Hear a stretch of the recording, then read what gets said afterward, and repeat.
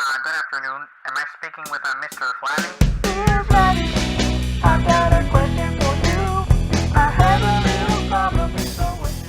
How evolved does a species need to be before its brain can develop mental disorders? Like, how smart does a monkey need to be before it can become a hoarder or have Tourette's, etc.? Why the fuck would you ask us this? Like, It's weird. How smart does a monkey have to be to have Tourette's? That's a weird question. yes. Yeah, like E equals MC squared to Tourette's. So I don't know when this is going to come out, Right. but I do know that tonight you and I had a half-hour conversation where you were trying to explain socialism to me Right. again. Right. Like a monkey with Tourette's. Right. Okay. So let's pretend Mhm. that we're smart enough to answer this question. This guy has questions. We have answers. Yes. The two just may not correspond with each other. Okay. I would go so far as to say you don't need a whole lot of intelligence to develop those things. Like, I think squirrels are hoarders. They grab nuts and they Yes. hoard them. So is that intelligence or is that just Instinct. instinct? Yeah. Like I need to keep, and is that where our hoarding instinct comes from? Like if I don't hoard, there's not going to be enough food, and that just kind of transfers over into everything else in our lives, right? Do you know anybody that's a hoarder? Whore? Yes. Yeah, that too. A hoarder. So I think it depends on to what extent. I think I'm a hoarder of some things. I know that I cannot throw away a wire, Really? like any type of connection, because I never know when I'm going to need to hook up something with RCA jacks again. Right.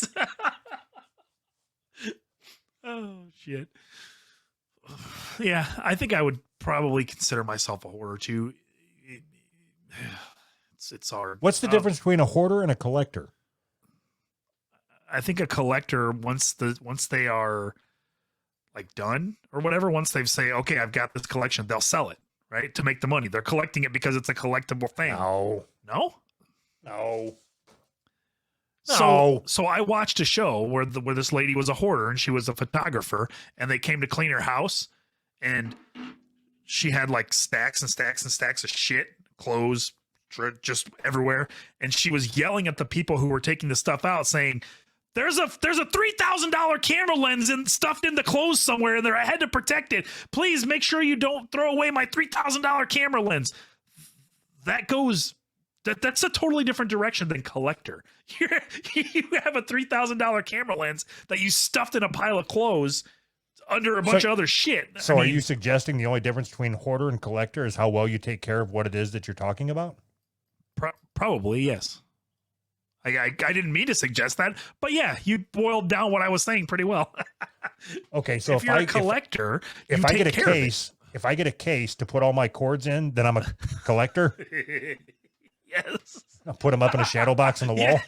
Yeah, you put them in a little acrylic box. Each cord gets its own box. This here is a coax cable from the early 80s. You put a little museum tag under each one. What was the question? I don't remember. Oh, shit. I guess I hope that helped. Yeah, I hope that helps. Dear Flabby,